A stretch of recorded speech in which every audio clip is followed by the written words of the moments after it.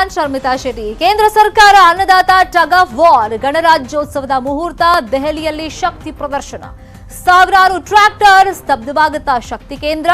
ಬೆಂಗಳೂರಿನಲ್ಲಿ ರೈತ ಬಂಡಾಯ.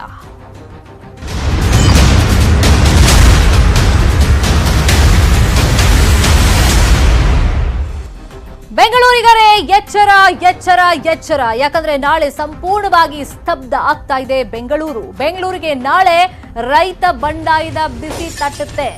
ಗಣತಂತ್ರದ ದಿನದಂದೇ ಬೃಹತ್ ಮಟ್ಟದಲ್ಲಿ ಹೋರಾಟ ಮಾಡಬೇಕು ಅಂತ ರೈತರು ನಿರ್ಧರಿಸಿ ತಯಾರಿಗಳನ್ನ ಮಾಡಿಕೊಂಡಿದ್ದಾರೆ. ಕೇಂದ್ರ ಸರ್ಕಾರ ಜಾರಿಗೆ ತರೋದಕ್ಕೆ ಹೊರಟಿರುವಂತಹ ಕೃಷಿ ಕಾಯ್ದೆ ರೈತರಿಗೆ ಮಾರಕ ಅಂತ ಹೇಳಿ ರೈತರು ದೆಹಲಿಯಲ್ಲಿ ನಿರಂತರವಾಗಿ ಪ್ರತಿಭಟನೆಯನ್ನ ಮಾಡ್ತಾನೆ ಇದ್ದಾರೆ. ಅದರ ಒಂದು ಬೃಹತ್ ಮಟ್ಟದಲ್ಲಿ ಹೋರಾಟ ಮಾಡಬೇಕು ಅಂತ ಹೇಳ್ಬಿಟ್ಟು ನಾಳೆ ದೇಶದಾದ್ಯಂತ ತಯಾರಿಗಳನ್ನ ಮಾಡಿಕೊಂಡಿದ್ದಾರೆ. ಅಂತೆಯೇ ಬೆಂಗಳೂರಲ್ಲೂ ಕೂಡ ರೈತರ ಕಹಳೆ ಮೊಳಗುತ್ತೆ. ಗಣತಂತ್ರದ ದಿನದಂದೇ ಬೃಹತ್ ಹೋರಾಟ ಮಾಡಬೇಕು ಅಂತ ತಯಾರಿಗಳು ಮಾಡ್ಕೊಂಡಿದ್ದಾರೆ. ಅದರಲ್ಲೂ ಟ್ರ್ಯಾಕ್ಟರ್ ರ್ಯಾಲಿ ನಡೆಸಬೇಕು ಅಂತ ರೈತರು ಸಿದ್ಧತೆಯನ್ನ ಮಾಡ್ಕೊಂಡಿರೋದು. ಕೇಂದ್ರ ಕೃಷಿ ಕಾಯ್ದೆಗಳ ವಿರುದ್ಧ ಆಕ್ರೋಶವನ್ನ ವ್ಯಕ್ತಪಡಿಸಿ ಈ ರ್ಯಾಲಿಯನ್ನ ಮಾಡ್ತಾ ಇದ್ದಾರೆ. ಬೆಂಗಳೂರಿನ 5 ಸ್ಥಳಗಳಲ್ಲಿ ರೈತರು ಜಮಾವಣೆಗೊಳ್ತಾರೆ. 5 ದಿಕ್ಕುಗಳಿಂದ ಫ್ರೀಡಂ ಪಾರ್ಕ್ಗೆ ಜಾಥಾ ನಡೆಸ್ತಾರೆ. ಸುಮಾರು 30,000 ರೈತರು ನಾಳಿನ ರ್ಯಾಲಿಯಲ್ಲಿ ಪಾಲ್ಗೊಳ್ಳುವಂತ ನಿರೀಕ್ಷೆ ಇದೆ.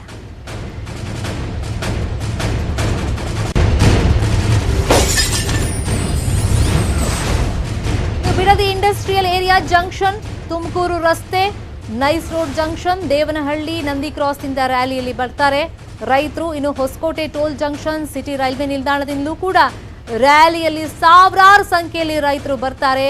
5 ದಿಕ್ಕುಗಳಿಂದ ಎಲ್ಲರೂ ಬಂದು ಜಮಾವಣೆ ಆಗೋದು ಫ್ರೀಡಂ ಪಾರ್ಕ್ನಲ್ಲಿ. ನಾಳೆ ಬೆಳಗ್ಗೆ 9 ಗಂಟೆಗೆ ರ್ಯಾಲಿ ಶುರುವಾಗುತ್ತೆ. ಟ್ರ್ಯಾಕ್ಟರ್ ಸೇರಿ ಇತರೆ ವಾಹನಗಳಲ್ಲಿ ಈಗ ರೈತರು ಬರೋದಕ್ಕೆ ತಯಾರಿಗಳನ್ನ ಮಾಡಿಕೊಂಡಿದ್ದಾರೆ. ಬೇರೆ ಬೇರೆ ಊರುಗಳಿಂದ ಇವತ್ತು ಮಧ್ಯಾಹ್ನನೇ ರೈತರು ಈ ರ್ಯಾಲಿಗೆ ಚಾಲನೆಯನ್ನ ಕೊಡ್ತಾರೆ.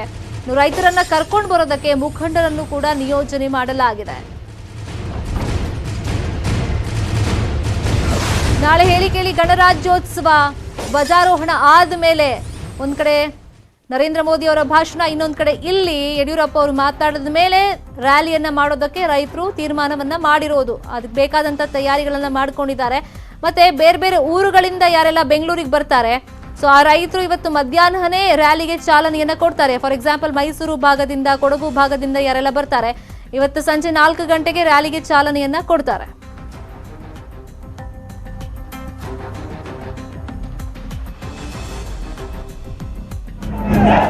ನಾಳೆ ಬೆಳಿಗ್ಗೆ ರಾಜ್ಯಪಾಲರು ಮತ್ತೆ ಮುಖ್ಯಮಂತ್ರಿಗಳು ಏನು ಧ್ವಜಾರೋಹಣದ ನಂತರ ಪ್ರಾರಂಭ ಆಗ್ತಕ್ಕಂಥ ಕಾರ್ಯಕ್ರಮ ಇದು ಬೆಂಗಳೂರು ನೆಲಮಂಗಲ ರಸ್ತೆಯ ನೈಸ್ ಜಂಕ್ಷನ್ನಿಂದ ಪ್ರಾರಂಭ ಆಗುತ್ತೆ. ಈ ಪ್ರಾರಂಭ ಆಗಿದ್ದು ಗೊರಗುಂಟೆಪಾಳ್ಯ, ಯಶವಂತಪುರ, ನಂತರ ಮಲ್ಲೇಶ್ವರಂನ ಸರ್ಕಲ್ ಮಾರಮ್ಮ ಟೆಂಪಲ್, ಅಲ್ಲಿಂದ ನೇರವಾಗಿ ಶೇಷಾದ್ರಿಪುರಂ ಪೊಲೀಸ್ ಠಾಣೆ, ಅಲ್ಲಿಂದ ನೇರವಾಗಿ ಫ್ರೀಡಂ ಪಾರ್ಕ್ ತಲುಪುವಂಥ ಪೆರೇಡ್ ಇದು ಬೆಂಗಳೂರಿನಲ್ಲಿ ನಡೆಯುತ್ತೆ. ಬೆಂಗಳೂರಿನಲ್ಲಿ ಟ್ರ್ಯಾಕ್ಟರ್ಗಳು ಇರುತ್ತೆ. ಈಗ ನಮ್ಮದು ಕಾರ್ಯಕ್ರಮ ಟ್ರ್ಯಾಕ್ಟರ್ಗಳ ಮೂಲಕನೇ ಬೆಂಗಳೂರಿನಲ್ಲಿ ಕಾರ್ಯಕ್ರಮ ಅಂತೇಳಿ ನಿಯೋಜನೆ ಮಾಡಿರೋದು. ಅದರ ಪ್ರಕಾರ ನಮ್ಮ ಪೆರೇಡ್ ಪ್ರಾರಂಭ ಆಗುವಾಗಲೇ ಟ್ರ್ಯಾಕ್ಟರ್ಗಳು ಭಾಗವಹಿಸ್ತವೆ. ಇದು ಸುಮಾರು ನಾವು ಒಂದು 2,000 ಟ್ರ್ಯಾಕ್ಟರ್ಗಳ ನಿಯೋಜನೆಯನ್ನ ಈಗಾಗಲೇ ತಯಾರಿ ಮಾಡಿದ್ವಿ. ಇಲಾಖೆ ಸ್ವಲ್ಪ ಟ್ರ್ಯಾಕ್ಟರ್ಗಳ ಸಂಖ್ಯೆಯನ್ನ ಕಮ್ಮಿ ಮಾಡ್ಕೊಳ್ಳಿ ಅಂತ ಹೇಳಿ ಮನವಿ ಮಾಡ್ತಾ ಇದ್ದಾರೆ. ಈಗ ಆದರೂ ಕೂಡ ನಮ್ಮ ಸಂಖ್ಯೆ ದೊಡ್ಡ ಪ್ರಮಾಣದಲ್ಲೇ ಇರುತ್ತೆ. ಆದರೆ ಕಮ್ಮಿ ಮಾಡ್ಕೊಳ್ಳಿ ಅನ್ನೋ ವಿಷಯವನ್ನ ಈಗ ಮಧ್ಯಾಹ್ನ ನಮ್ಮ ಜಿಲ್ಲಾ ಪ್ರಮುಖರ ಜೊತೆ ಚರ್ಚೆ ಮಾಡ್ತೀವಿ. ಅನುಮತಿ ಕೊಡದೇ ಇದ್ರೆ ಬೆಂಗಳೂರು ಲಾಕ್ ಆಗುತ್ತೆ.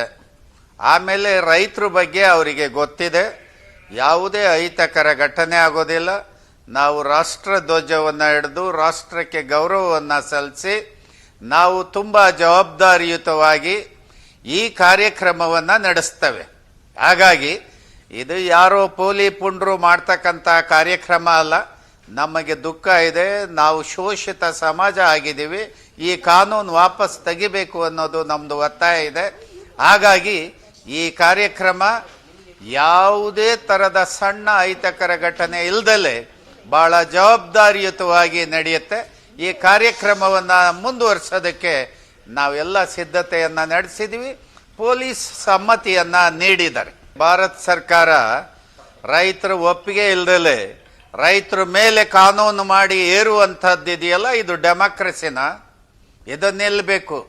ಡೆಮೋಕ್ರಸಿನಲ್ಲಿ ಕನಿಷ್ಠ ಸೌಜನ್ಯದ ಚರ್ಚೆಗಳು ನಡಿಬೇಕು, ಕಾನೂನಿನ ಪರ ವಿರೋಧಗಳು ನಡಿಬೇಕು. ನಂತರ 6 ತಿಂಗಳು ವರ್ಷದ ನಂತರ ಕಾನೂನುಗಳು ಜಾರಿಗೆ ಬರಬೇಕು. ಕೊರೋನಾ ಅಡ್ವಾಂಟೇಜ್ ಇಟ್ಕೊಂಡು ನೀವು ಸುಗ್ರೀವಾಜ್ಞೆ ಮೂಲಕ ಕಾನೂನು ತರೋದಾದರೆ ಇದು ಯಾವ ಸೀಮೆ ಡೆಮೋಕ್ರಸಿ? ಆ ಕಾರಣಕ್ಕೆ ಇದನ್ನು ತೆಗಿಬೇಕನ್ನೋದೇ ನಮ್ಮದು ವಾದ. ಈಗಾಗಲೇ ಸರ್ಕಾರ ಸುಮಾರು 11 ಸುತ್ತಿನ ಮಾತುಕತೆಯನ್ನು ನಡೆಸಿದ್ದಾರೆ. ಈ 11ನೇ ಸುತ್ತಿನ ಅಂತಿಮ ಘಟ್ಟದಲ್ಲಿ ಸರ್ಕಾರ ಹೇಳಿದೆ 2 ವರ್ಷಗಳ ಕಾಲ ನಾವು ಈ ಕಾಯ್ದೆಯನ್ನು ಜಾರಿಗೆ ತರೋದಿಲ್ಲ, ನಾವು ಇದನ್ನು ತಡೆ ಹಿಡಿತೀವಿ, ನೀವು ವಿತ್ಡ್ರಾ ಮಾಡಿ ಪ್ರೋಗ್ರಾಮ್ನ ಅಂತ ಹೇಳ್ತಾ ಇದ್ದಾರೆ. ಹಾಗಾಗಿ ಇದಕ್ಕೆ ಸಂಬಂಧಪಟ್ಟಂಗೆ ಇದು ಭಾಳ ಡಿಸಿಪ್ಲಿನ್ ಆರ್ಗನೈಜೇಷನ್. ಈ ಕಾರ್ಯಕ್ರಮ ಭಾಳ ಸರಿಯಾಗಿ ನಡೆಯುತ್ತೆ. ರ್ಯಾಲಿಗೆ ಬರೋದಕ್ಕೆ ಮೈಸೂರು ಭಾಗದ ರೈತರು ಸಿದ್ಧತೆಯನ್ನ ಮಾಡಿಕೊಳ್ತಾ ಇದ್ದಾರೆ. ಮೈಸೂರು, ಕೊಡಗು, ಚಾಮರಾಜನಗರ ರೈತರು ಇವತ್ತು ಸಂಜೆನೆ ಬೆಂಗಳೂರಿನತ್ತ ಮುಖ ಮಾಡ್ತಾರೆ. ಸಂಜೆ 4 ಗಂಟೆಗೆ ರೈತರ ರ್ಯಾಲಿಗೆ ಚಾಲನೆ ಸಿಗುತ್ತೆ. ಮಡಿಕೇರಿಯಿಂದ ಈ ಜಾಥಾ ಆರಂಭವಾಗುತ್ತೆ.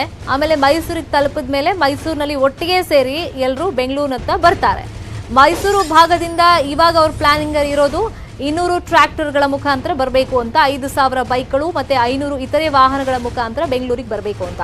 ಸುಮಾರು 10,000 ರೈತರು ಆ ಭಾಗದಿಂದ ಬೆಂಗಳೂರಿಗೆ ಬರುವಂತ ನಿರೀಕ್ಷೆ ಇದೆ. ಇವರೆಲ್ಲ ಎಲ್ಲಿರ್ತಾರೆ ಅಂದ್ರೆ ಸಂಜೆ ಚನ್ನಪಟ್ಟಣ ತಾಲೂಕಿನ ಭೈರಾಪಟ್ಟಣದಲ್ಲಿ ವಾಸ್ತವ್ಯ ಹೂಡ್ತಾರೆ. ಅಲ್ಲಿ ರೈತರಿಗೆ ಊಟದ ವ್ಯವಸ್ಥೆ ಮತ್ತೆ ನಾಳೆ ಬೆಳಗ್ಗಿನ ತಿಂಡಿ ವ್ಯವಸ್ಥೆ ಎಲ್ಲ ಆಗಿದೆ. ನಾಳೆ ಬೆಳಗ್ಗೆ ಬೆಂಗಳೂರು ತಲುಪ್ತಾರೆ ಈ ಭಾಗದ ರೈತರು.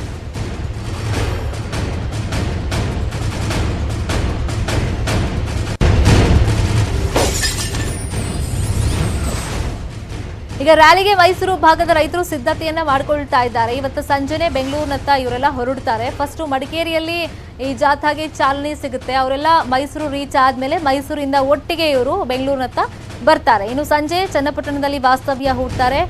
ಮತ್ತೆ ರಾತ್ರಿಯ ಊಟದ ವ್ಯವಸ್ಥೆ, ಬೆಳಗ್ಗೆ ತಿಂಡಿ ವ್ಯವಸ್ಥೆ ಎಲ್ಲ ಅಲ್ಲೇ ಆಗಿದೆ.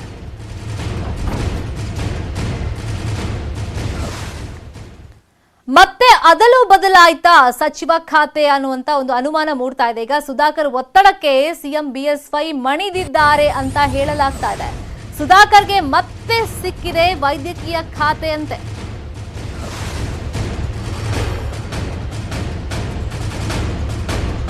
ಈಗ ಈ ಹಿಂದೆನೂ ಕೂಡ ಪದೇ ಪದೇ ಸುಧಾಕರ್ ಹೇಳ್ತಾರೆ ಇದ್ರು, ಶ್ರೀರಾಮುಲು ಅವ್ರಿಗೆ ಮತ್ತೆ ಯಾವಾಗ ಸುಧಾಕರ್ ಅವ್ರಿಗೆ ಒಂಥರ ಈ ಒಳಗೆ ವಾರ್ ನಡೀತಾ ಇದೆ ಅಂತ ಗೊತ್ತಾಯ್ತು, ಆಗ ಕೇಳ್ಬಂದ ಸುದ್ದಿ ಇಲ್ಲ ವೈದ್ಯಕೀಯ ಖಾತೆ ಮತ್ತೆ ಆರೋಗ್ಯ ಖಾತೆ ಎರಡು ಕೂಡ ಒಂದಕ್ಕೊಂದು ಪೂರಕವಾದಂತ ಇಲಾಖೆಗಳು ಒಬ್ಬರ ಹತ್ರನೇ ಇದ್ರೆ ಅದು ಈಸಿ ಆಗುತ್ತೆ ಅಂತ ಹೇಳ್ಬಿಟ್ಟು ಒಬ್ಬರಿಗೆ ಕೊಟ್ಟಿದ್ದಾರೆ ಅಂತ ಹೇಳಿ.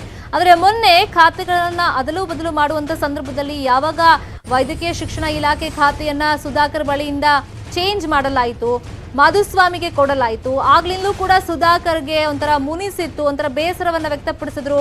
ಅವ್ರ ಕ್ಯಾಬಿನೆಟ್ ಮೀಟಿಂಗು ಬರಲಿಲ್ಲ. ಮತ್ತೆ ಯಡಿಯೂರಪ್ಪ ಅವರು ಬೇರೆ ಎಲ್ಲ ಸಚಿವರ ಜೊತೆಯಲ್ಲಿ ಮಾತಾಡಿದ್ರು ಕೂಡ ಸುಧಾಕರ್ ಅವ್ರ ಬಳಿಯಲ್ಲಿ ಫೋನ್ನಲ್ಲೂ ಮಾತಾಡಿಲ್ಲ. ಅದರಿಂದಾನೂ ಕೂಡ ಬೇಸರಗೊಂಡಿದ್ದಾರೆ ಸುಧಾಕರ್ ಅಂತ ಹೇಳಲಾಗ್ತಾ ಇತ್ತು. ಆದ್ರೆ ಈಗ ಮತ್ತೆ ಖಾತೆ ಅದಲು ಬದಲಾಗಿದೆ. ಮತ್ತೆ ವೈದ್ಯಕೀಯ ಖಾತೆ ಸುಧಾಕರ್ಗೆ ಹೋಗಿದೆ. ಸುಧಾಕರ್ ಒತ್ತಡಕ್ಕೆ ಹಾಗಾದ್ರೆ ಯಡಿಯೂರಪ್ಪ ಅವರು ಮಣಿದಿದ್ದಾರಾ ಅನ್ನೋ ಪ್ರಶ್ನೆ ಇಲ್ಲಿ ಉದ್ಭವವಾಗುತ್ತೆ. ಆರೋಗ್ಯ ಮತ್ತೆ ವೈದ್ಯಕೀಯ ಒಬ್ಬರಿಗೆ ಕೊಡಿ ಅಂತ ಮೊನ್ನೆನೂ ಕೂಡ ಸುಧಾಕರ್ ಹೇಳಿದ್ರು. ಯಾವಾಗ ಖಾತೆ ಅದಲು ಬದಲಾಯಿತು ಆ ಸಂದರ್ಭದಲ್ಲಿ ನನಗೆ ಅಂತಲ್ಲ, ಇದೆರಡೂ ಕೂಡ ಒಂದಕ್ಕೊಂದು ಪೂರಕವಾಗಿರುವಂತ ಖಾತೆ ಆಗಿರೋದ್ರಿಂದ ನನಗಲ್ದಿದ್ರೂ ಪರವಾಗಿಲ್ಲ, ಬೇರೆಯವ್ರಿಗೆ ಕೊಟ್ಟರು ಒಬ್ರಿಗೆ ಕೊಡ್ಲಿ ಅಂತ ಹೇಳ್ತಾ ಇದ್ರು. ಮತ್ತೆ ಈ ಹಿಂದೆ ನಾವು ನೋಡಿದಾಗ ಇವೆರಡೂ ಕೂಡ ಮಹತ್ವದ ಖಾತೆಗಳಾಗಿರೋದ್ರಿಂದ ಒಬ್ಬರೇ ನಿಭಾಯಿಸಿದಂತ ಉದಾಹರಣೆಗಳು ಕೂಡ ಇರಲಿಲ್ಲ. ಕೋವಿಡ್ ಅಂತ ಸಂದರ್ಭದಲ್ಲಿ ಸುಧಾಕರ್ ಒಬ್ಬರಿಗೆ ಯಡಿಯೂರಪ್ಪನವರು 2 ಖಾತೆಯನ್ನ ಕೊಟ್ಟಿದ್ರೆ ಹೊರತು ಈ ಹಿಂದೆ ಯಾವ ಸಂಪುಟದಲ್ಲೂ ಕೂಡ ಈ ತರದ್ ಆಗಿರ್ಲಿಲ್ಲ. 2 ಮಹತ್ವದ ಖಾತೆಗಳನ್ನ ಒಬ್ಬರೇ ನಿಭಾಯಿಸಿದಂತ ಎಕ್ಸಾಂಪಲ್ಗಳು ಕೂಡ ಇರಲಿಲ್ಲ.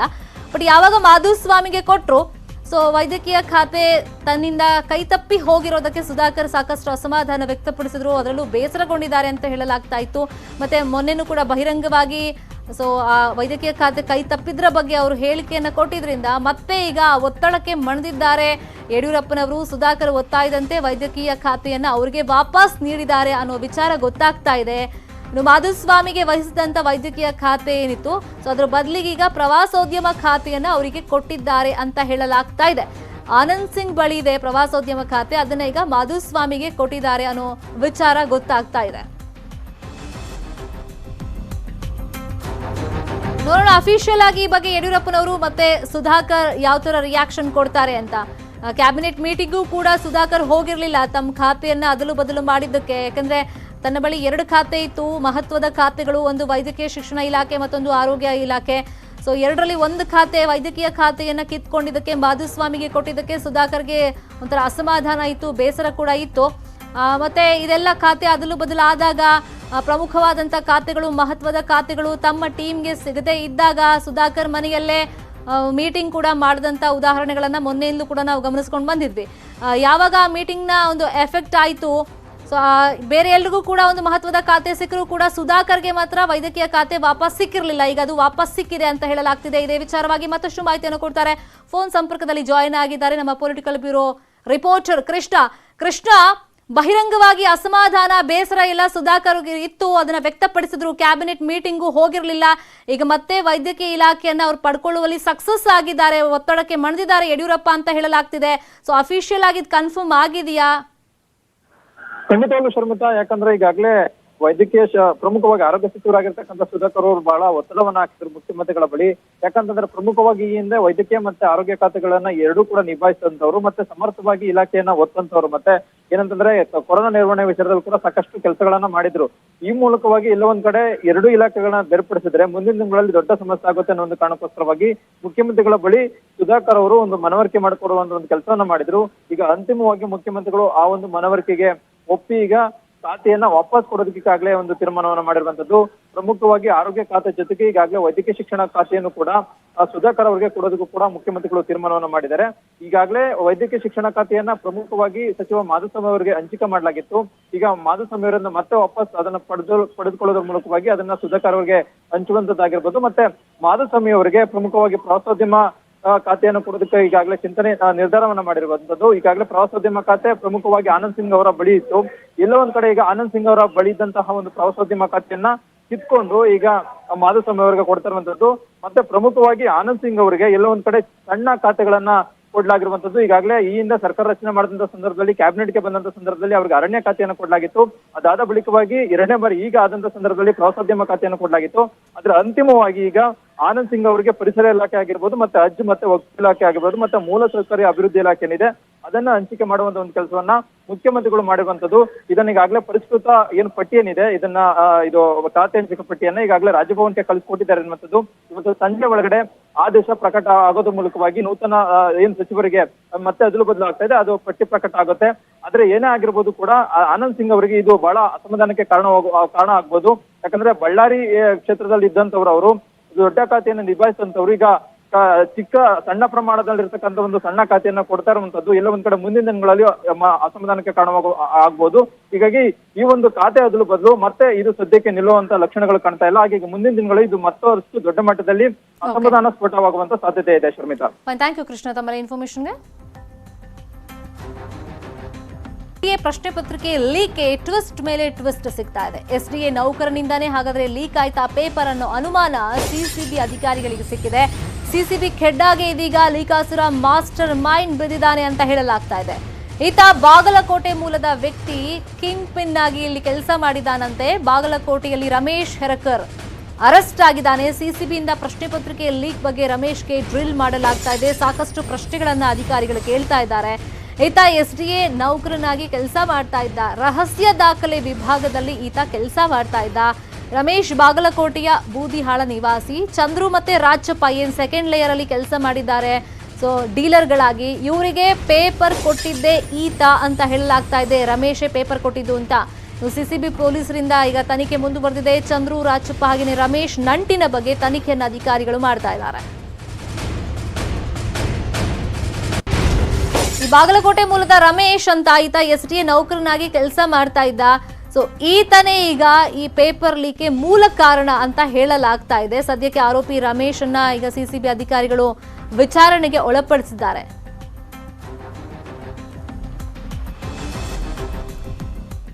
ಇನ್ನು ಈ ಆರೋಪಿ ರಮೇಶ್ ಕೆಡಾಗೆ ಬಿದ್ದಿದೆ ಒಂದು ರೋಚಕ ಪ್ರಶ್ನೆ ಪತ್ರಿಕೆ ಜೊತೆಗೆ ಈತ ಊರಿಗೆ ಹೋಗ್ಬಿಟ್ಟಿದ್ದಾನೆ. ಜನವರಿ 23ನೇ ತಾರೀಕೆ ಊರಿಗೆ ಈ ಆರೋಪಿ ಹೋಗಿದ್ದ. ಬಾಗಲಕೋಟೆಯ ಚಿಕ್ಕ ಪಡಸಲಗಿ ಗ್ರಾಮ ಈತನದ್ದು. ಇನ್ನು ಈತ ಅಭ್ಯರ್ಥಿಗಳಿಗೆ ಅಲ್ಲಿ ಹೋಗಿ ಈ ಪೇಪರ್ ಅನ್ನ ಮಾರಾಟ ಮಾಡಿರುವಂತ ಶಂಕೆ ಕೂಡ ವ್ಯಕ್ತವಾಗಿತ್ತು. ಪತ್ರಿಕೆ ಲೀಕ್ ಆಗ್ತಾ ಇದ್ದಂತೆ ಸಿಸಿಬಿ ಅಧಿಕಾರಿಗಳು ಅಲರ್ಟ್ ಆಗ್ತಾರೆ. ಪತ್ರಿಕೆ ಲೀಕ್ ಆಗ್ತಾ ಇದ್ದಂತೆ ರಮೇಶ್ ಮೊಬೈಲ್ ಕೂಡ ಸ್ವಿಚ್ ಆಫ್ ಆಗಿರುತ್ತೆ.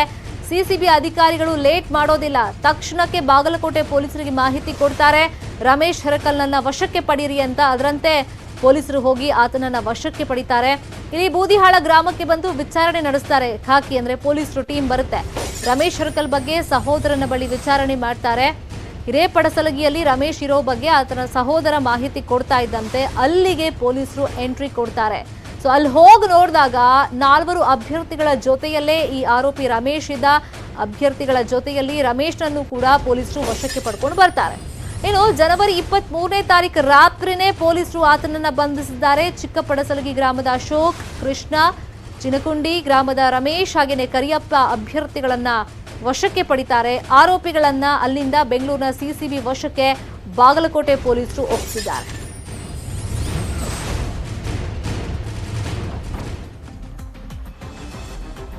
ಫೋಟೋದಲ್ಲಿ ತೋರಿಸ್ತಾ ಇದೀವಲ್ಲ, ಈತನೇ ರಮೇಶ್ ಹೆರಕಲ್ ಅಂತ. ಈತನೇ ಈ ಪ್ರಶ್ನೆ ಪತ್ರಿಕೆ ಸೋರಿಕೆಯ ಕಿಂಗ್ ಪಿನ್ ಅಂತ ಹೇಳಲಾಗ್ತಾ ಇದೆ. ಈತ ಏನ್ ಮಾಡಿದಾನೆ, ಬೆಂಗಳೂರಲ್ಲಿ STA ನೌಕರನಾಗಿ ಕೆಲಸ ಮಾಡ್ತಾ ಇದ್ದ. ಜನವರಿ 23ನೇ ತಾರೀಕೆ ಪೇಪರ್ ಲೀಕ್ ಆಗಿದ್ದೆ ಈತನಿಂದ. ಈತ ಬೇರೆಯವರಿಗೆ ಕೊಟ್ಟಿದ್ದಾನೆ ಅಂತ ಗೊತ್ತಾಗಿದೆ. ಈತ ತಕ್ಷಣಕ್ಕೆ ಆ ಪೇಪರ್ ತಗೊಂಡೋಗಿ ಊರಿಗೋಗಿದ್ದಾನೆ. ಅಲ್ಲಿ ಅಭ್ಯರ್ಥಿಗಳಿಗೆ ಅದನ್ನ ಕೊಟ್ಟು ಹಣವನ್ನ ಮಾಡ್ತಾ ಇದ್ದ ಅಂತ ಹೇಳಲಾಗ್ತಾ ಇದೆ. ಯಾವಾಗ ಪೊಲೀಸರಿಗೆ ಈತನ ಬಗ್ಗೆ ಮಾಹಿತಿ ಸಿಗುತ್ತೆ, ಸಂಶಯ ಮೂಡುತ್ತೆ, ತಡ ಮಾಡದೆ ಬಾಗಲಕೋಟೆ ಪೊಲೀಸರಿಗೆ ಮಾಹಿತಿ ಕೊಡ್ತಾರೆ. ಆತನ ಮನೆಗೆ ಹೋಗಿ ನೋಡಿದಾಗ ಆತ ಇರೋದಿಲ್ಲ, ಆತನ ಸಹೋದರ ಇರ್ತಾರೆ. ಅವ್ರ ಹತ್ರ ಮಾಹಿತಿ ಪಡ್ಕೊಂಡಾಗ ಈತ ಚಿಕ್ಕಪಡಸಲಗಿ ಗ್ರಾಮದಲ್ಲಿ ಇರೋದು ಗೊತ್ತಾಗುತ್ತೆ. ಅಲ್ಲಿಗೆ ಹೋಗಿ ನೋಡಿದಾಗ ಅಭ್ಯರ್ಥಿಗಳ ಜೊತೆಯಲ್ಲೇ ಈತ ಇರ್ತಾನೆ. ಈತನ ಮೊಬೈಲ್ ಕೂಡ ಸ್ವಿಚ್ ಆಫ್ ಆಗಿರೋದ್ರಿಂದ ಸಾಕಷ್ಟು ಅನುಮಾನಗಳು ಅಧಿಕಾರಿಗಳಿಗೆ ಮೂಡುತ್ತೆ. ಇದೇ ವಿಚಾರವಾಗಿ ಮತ್ತಷ್ಟು ಮಾಹಿತಿಯನ್ನು ಕೊಡ್ತಾರೆ. ಫೋನ್ ಸಂಪರ್ಕದಲ್ಲಿ ಜಾಯಿನ್ ಆಗಿದ್ದಾರೆ ನಮ್ಮ ರಿಪೋರ್ಟರ್ ರಾಜಪ್ಪ. ಬಂದಿದ್ದೀನಿ ರಾಜಪ್ಪ, ಈ ರಮೇಶನ್ನ ಹಿಡಿದಿದ್ದೇ ಒಂದು ರೋಚಕ ಸ್ಟೋರಿ. ಅದರ ಮಧ್ಯದಲ್ಲಿ ಈತ ಅಭ್ಯರ್ಥಿಗಳ ಜೊತೆಯಲ್ಲಿ ಇದ್ದಿದ್ದು ಇನ್ನಷ್ಟು ಪೂರಕ ಆಗುತ್ತೆ. ಈತನೇ ಪೇಪರ್ ಲೀಕ್ ಮಾಡಿರಬಹುದು ಅಂತ ಸದ್ಯಕ್ಕೆ ಏನೆಲ್ಲ ಇನ್ಫಾರ್ಮೇಶನ್ ಸಿಕ್ಕಿದೆ ಈತನ ಬಗ್ಗೆ? ಖಂಡಿತ ಶರ್ಮಿಳಾ ಶೆಟ್ಟಿ, ಏನಂದ್ರೆ ಪ್ರಮುಖವಾಗಿ KPSC FDA ಒಂದು ಪರೀಕ್ಷೆ ಏನು ನಡೀಬೇಕಾಗಿತ್ತು. ಆ ಒಂದು ಪ್ರಶ್ನೆ ಪತ್ರಿಕೆ ಸೋರಿಕೆ ಆದ ಹಿನ್ನೆಲೆಯಲ್ಲಿ ಏನು KPSC ಯಲ್ಲಿ ರಹಸ್ಯ ವಿಭಾಗದಲ್ಲಿ ಏನು SDA ಆಗಿ ಕಾರ್ಯನಿರ್ವಹಿಸ್ತಕ್ಕಂತ ಬಾಗಲಕೋಟೆ ಜಿಲ್ಲೆಯ ಏನು ರಮೇಶ್ ಹೆರಕಲ್ ಅನ್ನೋ ಆತ ಜನವರಿ 23ನೇ ತಾರೀಕಿಗೆ ಬಾಗಲಕೋಟೆಗೆ ಬಂದಿರ್ತಾನೆ. ಆತ ತಂದೆ ತಾಯಿಗೂ ಭೇಟಿಯಾಗಿ ಆನಂತರ ತಮ್ಮ ಏನು ಅಜ್ಜಿ ಊರಾಗಿರ್ತಕ್ಕಂಥ ಹಿರೇಪಟ್ಟಲಿಗೆ ಹೋಗಿರ್ತಾನೆ. ಆ ಸಂದರ್ಭದಲ್ಲಿ ಏನೋ ಒಂದು ಕ್ವಶನ್ ಪೇಪರ್ ಏನೋ ಲೀಕ್ ಆಗುವಂತ ಮಾಹಿತಿ ಬಹಿರಂಗ ಆಗುತ್ತೆ. ಆ ಸಂದರ್ಭದಲ್ಲಿ ಸಿಸಿಬಿ ಅಧಿಕಾರಿಗಳು ಅಲರ್ಟ್ ಆಗ್ತಾರೆ. ಆ ನಂತರ ಈ ಒಂದು ಕ್ವಶನ್ ಪೇಪರ್ ಯಾರು ಲೀಕ್ ಮಾಡಿದಾರೆ ಅನ್ನುವಂತ ಒಂದು ಮಾಹಿತಿಯನ್ನು ಬೆನ್ನಟ್ಟಿರ್ತಕ್ಕಂಥ ಸಿಸಿಬಿ ಅಧಿಕಾರಿಗಳಿಗೆ ಏನು ಆ ಒಂದು ಇಲಾಖೆಯಲ್ಲಿ ಕೆಲಸ ಮಾಡ್ತಕ್ಕಂಥ ಏನು ರಮೇಶ್ ಹೆರಕಲ್ ನ ಒಂದು ಸಂಪರ್ಕಕ್ಕೂ ಕೂಡ ಒಂದು ಸಾಧ್ಯತೆ ಆದ ಸಂದರ್ಭದಲ್ಲಿ ಆತ ಏನು ಫೋನ್ ಸ್ವಿಚ್ ಆಫ್ ಮಾಡ್ತಾನೆ. ಆ ಸಂದರ್ಭದಲ್ಲಿ ಏನು ಇಲ್ಲಿ ಬಾಗಲಕೋಟೆ ಜಿಲ್ಲೆಯ 4 ಅಭ್ಯರ್ಥಿಗಳು ಏನು FD ಪರೀಕ್ಷೆ ಬರ್ತಕ್ಕಂಥವ್ರು 4 ಅಭ್ಯರ್ಥಿಗಳಿಗೆ ಈತ ಕ್ವಶನ್ ಪೇಪರ್ ಲೀಕ್ ಕೊಡುವಂತ ಹಿನ್ನೆಲೆಯಲ್ಲಿ ಸುಮಾರು 12 ಲಕ್ಷಕ್ಕೆ ಈ ಒಂದು ಕ್ವಶನ್ ಪೇಪರ್ ಲೀಕ್ ಮಾಡುವಂತ ನಿಟ್ಟಿನಲ್ಲಿ ಆತ ಮುಂದಾಗಿರ್ತಾನಂತ ಮಾಹಿತಿ ಕೂಡ ಲಭ್ಯ ಆಗಿರುವಂತದ್ದು. ಆತನನ್ನ ಬೆನ್ನಟ್ಟಿರ್ತಕ್ಕಂಥ ಬಾಗಲಕೋಟೆಯ ಪೊಲೀಸರು ಆ ಹಿರೇಪಡಸಲಗಿ ಗ್ರಾಮದಲ್ಲಿ ಏನು ಅಭ್ಯರ್ಥಿಗಳೊಂದಿಗೆ ಇದ್ದಂತ ಸಂದರ್ಭದಲ್ಲಿ ಆತನನ್ನ 5 ಅಂದ್ರೆ ರಮೇಶ್ ಹೆರಕಲ್ ಸೇರಿದಂತೆ 5 ಏನು 4 ಅಭ್ಯರ್ಥಿಗಳನ್ನ ವಶಕ್ಕೆ ಪಡಿಸಿಕೊಂಡು ಸಿಸಿಬಿ ಅಧಿಕಾರಿಗಳು ತನಿಖೆಯನ್ನು ವಹಿಸಿಕೊಂಡು ಮುಂದುವರಿಸಿರುವಂತದ್ದು. ಒಟ್ಟಿನಲ್ಲಿ ಬಾಗಲಕೋಟೆ ಜಿಲ್ಲೆಯಲ್ಲಿ ಈ ಒಂದು ಏನು KPSC ಒಂದು ಪರೀಕ್ಷೆ, ಒಂದು FDA ಪರೀಕ್ಷೆ ಒಂದು ಏನು ಪ್ರಶ್ನೆ ಪತ್ರಿಕೆ ಸೋರಿಕೆಯಾಗಿದೆ, ಅದರ ನಂಟು ಸಂಪೂರ್ಣವಾಗಿ ಇವತ್ತು ಬಾಗಲಕೋಟೆಗೆ ತಟ್ಟಿದೆ ಅಂತ ಹೇಳ್ಬೋದು. ಯಾಕಂದ್ರೆ ಈಗಾಗಲೇ ಈ ಒಂದು ಏನು ಕ್ವಶನ್ ಪೇಪರ್ ಲೀಕ್ ಮಾಡಿರ್ತಕ್ಕಂಥ ರಮೇಶ್ ಹೆರಕಲ್ ನ ಮುಖ್ಯವಾಗಿ ಕಿಂಗ್ ಪಿನ್ ಅನ್ನುವಂತ ಸಂಶಯ ಕೂಡ ಕಾಡ್ತಾ ಇದೆ. ಹೀಗಾಗಿ ಅಧಿಕಾರಿಗಳು ಆ ನಿಟ್ಟಿನಲ್ಲಿ ತನಿಖೆ ನಡೆಸಿದ್ದಾರೆ. ಶರ್ಮಿತಾ, ಥ್ಯಾಂಕ್ ಯು ರಾಜಪ್ಪ, ಬಂದಿದ್ದೀನಿ ತಮ್ಮೆಲ್ಲ ಇನ್ಫಾರ್ಮೇಶನ್ಗೆ.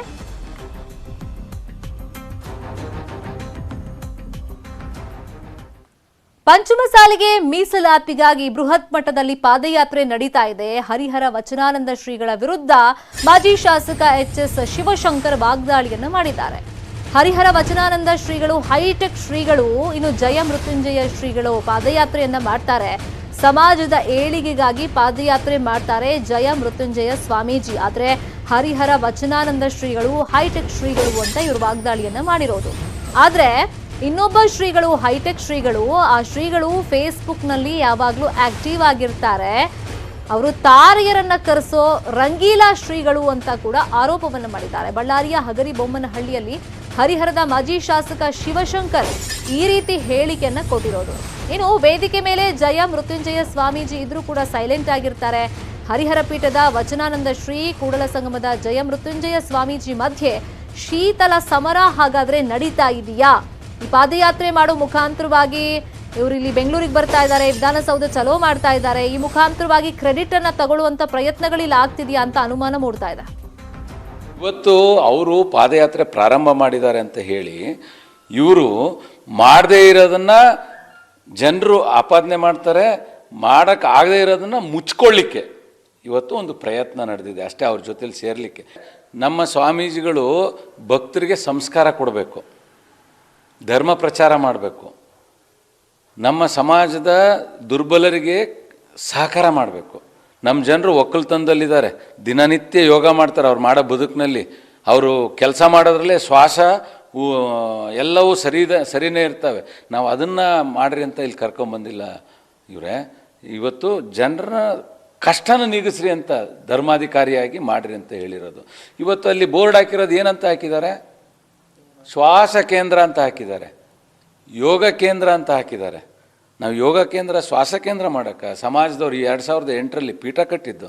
ಯಾರಾದರೂ ಮಠಮಾನ್ಯಗಳಲ್ಲಿ ಹೋಳಿ ಹಬ್ಬ ಆಚರಿಸಿದ್ದು ನೋಡಿದ್ದೀರಾ ನೀವು? ಕುಣಿದಿರೋದನ್ನ ಯಾವುದಾದ್ರೂ ಸ್ವಾಮಿಗಳು ಮಾಡಿರೋದನ್ನ ಕೇಳಿದ್ದೀರಾ? ಇವೆಲ್ಲ ಇನ್ನೂ ಇತಿಹಾಸ ಭಾಳ ಇದೆ. ಗುರಿ ಮಾಡಿ ಮಾತನಾಡೋದಾದರೆ ನಾನು ಕೂಡ ಅಷ್ಟೇ ಸಮರ್ಥವಾಗಿ ಅವನ್ನ ಹೆದರಿಸಲಿಕ್ಕೆ ಸಿದ್ಧನಿದ್ದೇನೆ.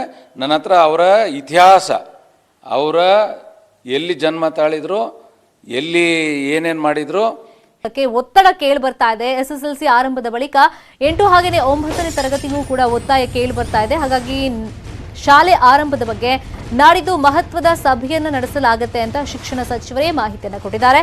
ಶಿಕ್ಷಣ ಇಲಾಖೆ, ಆರೋಗ್ಯ ಇಲಾಖೆ ಜಂಟಿ ಸಭೆ ಆಗುತ್ತೆ. 1ನೇ ತರಗತಿಯಿಂದ ಆರಂಭಕ್ಕೂ ಕೂಡ ಒತ್ತಾಯ ಇದೆ ಅಂತ ಹೇಳಿ ಶಿಕ್ಷಣ ಸಚಿವ ಸುರೇಶ್ ಕುಮಾರ್ ಹೇಳಿಕೆಯನ್ನು ಕೊಟ್ಟಿದ್ದಾರೆ.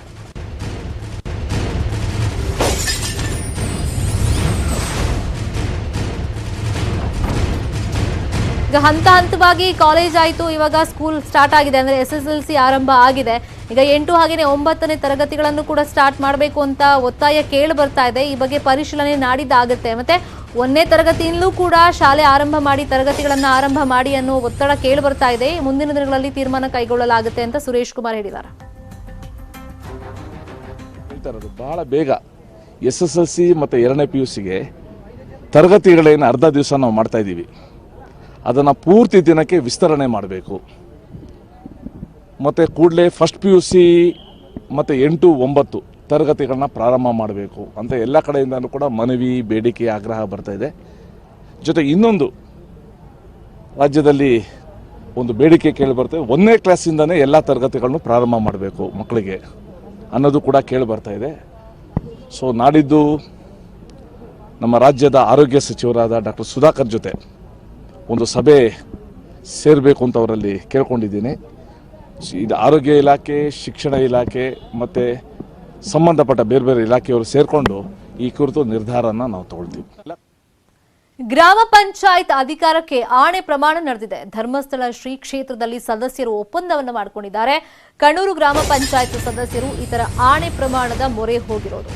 ಚಾಮರಾಜನಗರ ಜಿಲ್ಲೆ ಹನೂರು ತಾಲೂಕಿನ ಕಣ್ಣೂರು ಅಧ್ಯಕ್ಷ, ಉಪಾಧ್ಯಕ್ಷ ಹುದ್ದೆಗೆ ಬಿಜೆಪಿ ಹಾಗೆಯೇ JDS ಮೈತ್ರಿ ಮಾಡಿಕೊಂಡಿದ್ದಾರೆ. ನುಡಿದಂತೆ ನಡೀತೀವಿ ಅಂತ ಧರ್ಮಸ್ಥಳದಲ್ಲೇ ಆಣೆ ಪ್ರಮಾಣವನ್ನು ಮಾಡಿಕೊಂಡಿದ್ದಾರೆ. ನುಡಿದಂತೆ ನಡೀದೇ ಇದ್ರೆ ಮನೆ ಹಾಳಾಗುತ್ತೆ ಅಂತ ಹೇಳಿ ಕರ್ಪೂರ ಹಚ್ಚಿ ಧರ್ಮಸ್ಥಳದಲ್ಲಿ ಪರಸ್ಪರ ಒಪ್ಪಂದ ಮಾಡಿಕೊಂಡಿದ್ದಾರೆ. ಇನ್ನು ಧರ್ಮಸ್ಥಳದಲ್ಲಿ ಮಾಡಿರುವಂಥ ಆಣೆ ಪ್ರಮಾಣದ ಒಂದು ವಿಡಿಯೋ ಏನಿದೆ ಅದು ಸಾಕಷ್ಟು ವೈರಲ್ ಆಗ್ತಾ ಇದೆ.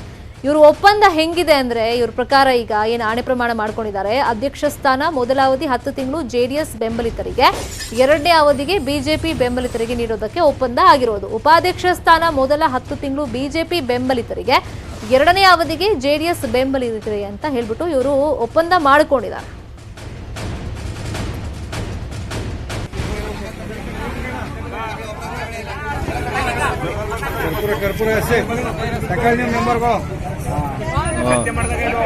ಸತ್ಯ ಮಾಡಿದಾಗ ಧರ್ಮಸ್ಥಳ ಮುಂಚೆನೆ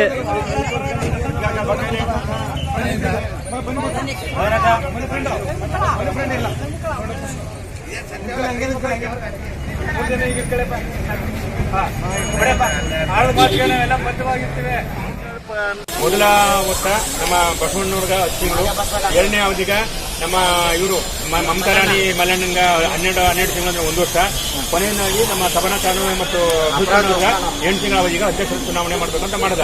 ಅದೇ ತರ ಉಪಾಧ್ಯಕ್ಷರು ಆಯಾ ಅವಧಿಗೆ ಅವ್ರಿಗೂ ಅಲ್ವಾ 10 ತಿಂಗಳು ಜೆಡಿಎಸ್ ಅಂತ ಮಾಡಿದ.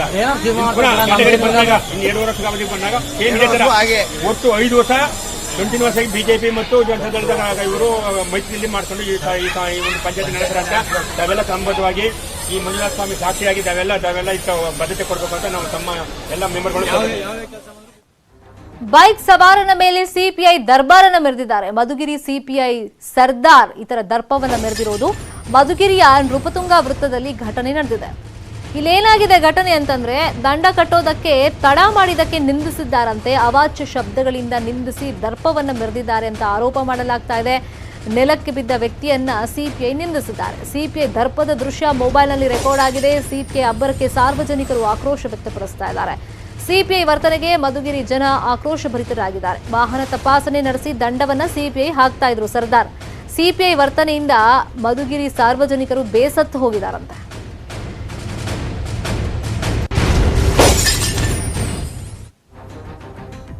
ಫೋಟೋದಲ್ಲಿ ತೋರಿಸ್ತಾ ಇದೀವಲ್ಲ, ಸೊ ಇವರೇ ಸಿಪಿಐ ಸರ್ದಾರ್ ಅಂತ.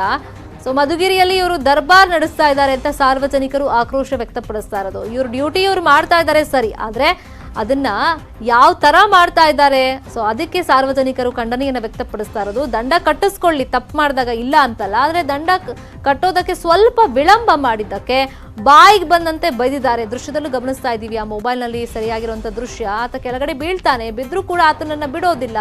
ಅಲ್ಲೂ ದರ್ಪವನ್ನ ಮೆರೆದಿದ್ದಾರೆ, ಅವಾಚ್ಯ ಶಬ್ದಗಳಿಂದ ನಿಂದಿಸಿದ್ದಾರೆ. ಇದು ಸಾರ್ವಜನಿಕರ ಆಕ್ರೋಶಕ್ಕೆ ಕಾರಣ ಆಗಿದೆ.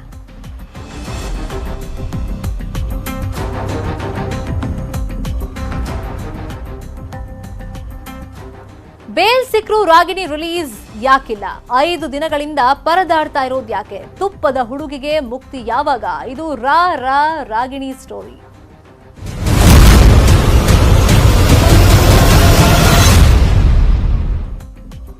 ಇವತ್ತೇ ಸಿಗುತ್ತಾ ರಾಗಿಣಿಗೆ ಬಿಡುಗಡೆ ಭಾಗ್ಯ? ನೋಡಬೇಕು. ಎನ್ಡಿಪಿಎಸ್ ಕೋರ್ಟ್ ಇಂದ ಬಿಡುಗಡೆ ಆದೇಶ ಇವತ್ತೇ ಸಿಕ್ಕರೆ ಇವತ್ತೇ ಪರಪ್ಪನ ಅಗ್ರಹಾರದಿಂದ ರಾಗಿಣಿ ಹೊರಗಡೆ ಬರ್ತಾರೆ. ಯಾಕಂದ್ರೆ 144 ದಿನಗಳಿಂದ ಪರಪ್ಪನ ಅಗ್ರಹಾರ ಜೈಲಲ್ಲಿ ರಾಗಿಣಿ ಇದ್ದಾರೆ. 144 ದಿನಗಳ ಬಳಿಕ ಇವತ್ತು ಬಿಡುಗಡೆ ಆಗುವಂತ ಸಾಧ್ಯತೆ ಇದೆ. ಯಾಕಂದ್ರೆ ಎನ್ಡಿಪಿಎಸ್ ಕೋರ್ಟ್ ಈಗ ಷರತ್ತು ವಿಧಿಸಿತ್ತು. ಆ ಷರತ್ತುಗಳನ್ನ ಪೂರೈಸೋದಕ್ಕೆ ಮೊನ್ನೆ ಟೈಮ್ ಇರಲಿಲ್ಲ. ಅದಾದ್ಮೇಲೆ ಭಾನುವಾರ ಬಂತು, ಯಾವುದೇ ಪ್ರೊಸೀಜರ್ಗಳು ಕೂಡ ನಡೆಯೋದಿಲ್ಲ. ಸೊ ಇವತ್ತು ಸಂಜೆ 6 ಗಂಟೆ ಒಳಗಡೆ ಆ ಷರತ್ತುಗಳನ್ನ ರಾಗಿಣಿ ಪರ ವಕೀಲರು ಪೂರೈಸಿದ್ರೆ ಇವತ್ತು ಹೊರಗಡೆ ಬರ್ಬೋದು ಜೈಲಿಂದ. ಹೊರಗಡೆ ಬರೋದಕ್ಕೆ ನಟಿ ರಾಗಿಣಿ ದ್ವಿವೇದಿ ಕಾತುರದಿಂದ ಕಾಯ್ತಾ ಇದ್ದಾರೆ. ಜನವರಿ 21ನೇ ತಾರೀಕೆ ಸುಪ್ರೀಂ ಕೋರ್ಟ್ನಿಂದ ಜಾಮೀನು ಮಂಜೂರಾಗಿತ್ತು. ಮತ್ತೆ ಜನವರಿ 23ನೇ ತಾರೀಕು ಷರತ್ತನ್ನ ವಿಧಿಸಿತ್ತು ಈ ಜಾಮೀನಿಗೆ ಎನ್ಡಿಪಿಎಸ್ ಕೋರ್ಟ್. 3 ಲಕ್ಷ ಬಾಂಡ್, ಇಬ್ಬರ ಶ್ಯೂರಿಟಿಗೆ ಕೋರ್ಟ್ ಸೂಚನೆಯನ್ನ ಕೊಟ್ಟಿತ್ತು. ಅದರ ಜೊತೆಯಲ್ಲಿ 15 ದಿನಗಳಿಗೊಂದ್ಸಲ ತನಿಖಾಧಿಕಾರಿ ಮುಂದೆ ಹಾಜರಾಗಬೇಕು ಅಂತ ಷರತ್ತನ್ನ ಪೂರೈಸೋದಕ್ಕೆ ರಾಗಿಣಿ ಪರ ವಕೀಲರು ಟೈಮ್ ಅನ್ನ ಕೇಳಿದ್ರು. ಇವತ್ತು ಷರತ್ತು ಪೂರೈಸಿ ರಾಗಿಣಿ ರಿಲೀಸ್ ಆಗುವಂತ ಸಾಧ್ಯತೆ ಇದೆ. ಇವತ್ತು ರಾಗಿಣಿ ರಿಲೀಸ್ ಆಗೋದು ಬಹುತೇಕ ಕನ್ಫರ್ಮ್. ಯಾಕಂದ್ರೆ ಇವತ್ತು ಷರತ್ತುಗಳನ್ನ ಪೂರೈಕೆ ಮಾಡೋದಕ್ಕೆ ಮೊನ್ನೆನೇ ಅವ್ರ ಪರ ವಕೀಲರು ಒಂದಿಷ್ಟು ತಯಾರಿಗಳನ್ನ ಮಾಡ್ಕೊಂಡಿದ್ರು. ಬಟ್ ಟೈಮ್ ಇರಲಿಲ್ಲ ಅನ್ನೋ ಕಾರಣಕ್ಕೆ ಆ ಷರತ್ತುಗಳನ್ನ ಕಂಪ್ಲೀಟ್ ಮಾಡೋದಕ್ಕೆ ಆಗಿರಲಿಲ್ಲ. ಬಟ್ ಇವಾಗ ತಯಾರಿಗಳೆಲ್ಲವೂ ಕೂಡ ಆಗಿದೆ. ಬಹುಶಃ ಇವತ್ತು ಸಂಜೆ 6 ಗಂಟೆ ಒಳಗಡೆನೆ ಈ ಪ್ರೊಸೀಜರ್ ಎಲ್ಲ ಕಂಪ್ಲೀಟ್ ಆಗಿ ಪರಪ್ಪನ ಅಗ್ರಹಾರದಿಂದ ರಾಗಿಣಿ ರಿಲೀಸ್ ಆಗುವಂತ ಚಾನ್ಸಸ್ ಇದೆ.